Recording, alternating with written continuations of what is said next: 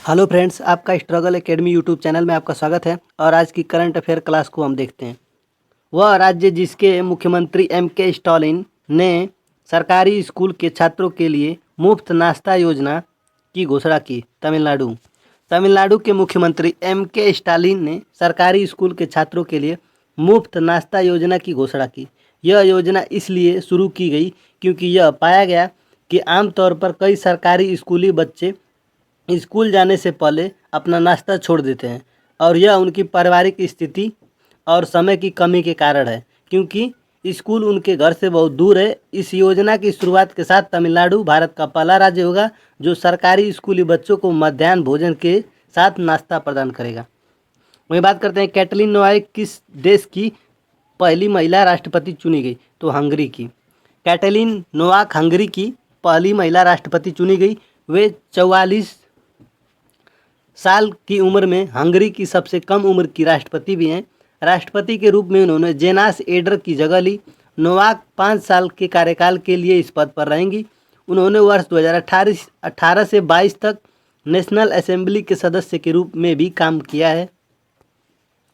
सर्वोच्च न्यायालय कोलेजियम ने हाल ही में उच्च न्यायालयों में कितने नए मुख्य न्यायाधीशों की नियुक्ति की सिफारिश की? तो 5। सर्वोच्च न्यायालय कोलेजियम ने उच्च न्यायालयों में 5 नए मुख्य न्यायाधीशों की नियुक्ति की सिफारिश की। यह न्यायाधीशों की नियुक्ति और स्थानांतरण की प्रणाली है जो संसद के किसी अधिनियम या संविधान के प्रावधान द्वारा स्थापित न होकर सर्वोच्च न्यायालय के निर्णयों के माध्यम से विकसित हुई है। इस निर्णय ने अगले 12 वर्षों के लिए न्यायिक नियुक्तियों में न्यायपालिका पर कार्यपालिका की प्रधानता स्थापित कर दी है। इंग्लैंड की पुरुष टेस्ट टीम का मुख्य कोच किसे नियुक्त किया गया? तो ब्रेंडन मैकलम। न्यूजीलैंड के पूर्व कप्तान व IPL team Kolkata night Riders KKR के मौजूदा मुख्य कोच ब्रेंडन मैकलम को इंग्लैंड की पुरुष टेस्ट टीम का मुख्य कोच नियुक्त किया गया। हालांकि वे आईपीएल 2022 तक केकेआर के मुख्य कोच बने रहेंगे। ब्रेंडन मैकलम की कप्तानी में न्यूजीलैंड की टीम आक्रामक रवैये के साथ क्रिकेट खेलने के लिए जानी जाती थी। श्रीलंका के नए प्रधानमंत्री के रूप में किसे नियुक्त किया गया? रानिल विक्रमसिंघे। श्रीलंका के नए प्रधानमंत्री के रूप में रानिल विक्रमसिंघे को 12 मई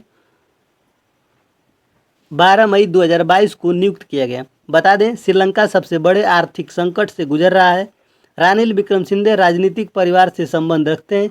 उनके चाचा जूनियस जयवर्धने लगभग 10 साल तक श्रीलंका के राष्ट्रपति रहे थे।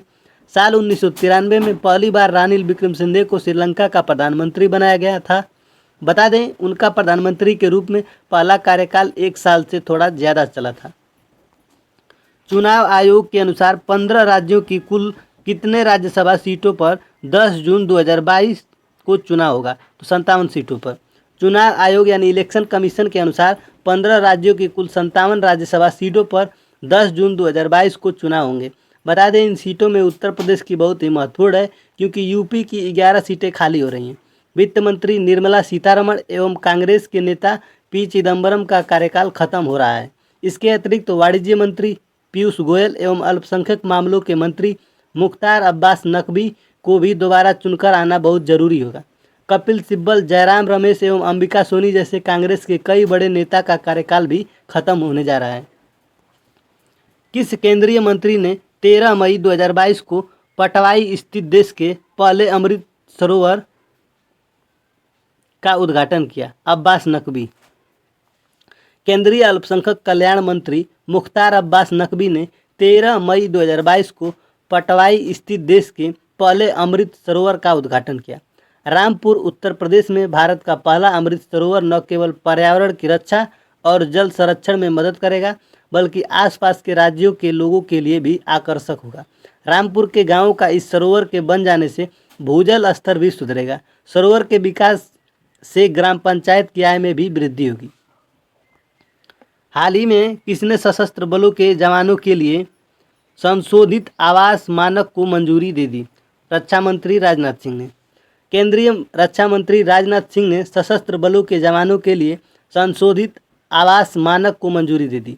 इसका उद्देश्य सशस्त्र बलों के जवानों के लिए बेहतर जीवन स्तर सुनिश्चित करना है। रक्षा मंत्रालय ने कहा कि आवास के मानक 2022 को लागू करने से सशस्त्र बलों के जवानों के रहने की सुविधा अवसंरचना में सुधार होगा। धन्यवाद।